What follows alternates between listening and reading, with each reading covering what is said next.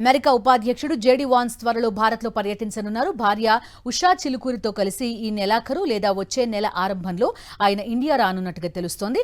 America ఉపాధ్యక్ష బాధ్యతలు అందుకున్న తర్వాత వాన్స్ చేపడుతున్న రెండో విదేశీ పర్యటన ఇదే. గత నెల ఆయన ఫ్రాన్స్, జర్మనీ వెళ్లారు. తెలుగు మూలాలున్న Usha Chilukuri US second lady హోదాలో తన పూర్వీకుల దేశానికి రానుండడం ఆసక్తికరం.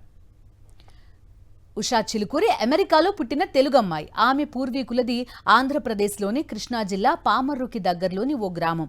తల్లిదండ్రులు రాధాకృష్ణ, లక్ష్మి 1980లోనే అగ్రరాజ్యానికి వలస వెళ్లారు. కాలిఫోర్నియాలోని శాండియాగో ప్రాంతంలో ఉషా చిలుకూరి పుట్టి పెరిగారు. ఏల్ యూనివర్సిటీ నుంచి హిస్టరీలో బ్యాచిలర్స్ డిగ్రీ, కేంబ్రిడ్జ్ యూనివర్సిటీ నుంచి తత్వశాస్త్రంలో మాస్టర్స్ పూర్తి చేశారు. ఏల్లో ఉషా, జేడీ వాన్స్ తొలిసారి కలుసుకున్నారు. వారి పరిచయం ప్రేమగా మారి 2014లో కెంటకీలో వివాహం చేసుకున్నారు. గతేడాది అమెరికా అధ్యక్ష ఎన్నికల సమయంలో వాన్స్ తరపున చురుగ్గా ప్రచారం చేసి అందరి దృష్టిని ఆకర్షించారు ఉషా చిలుకూరి.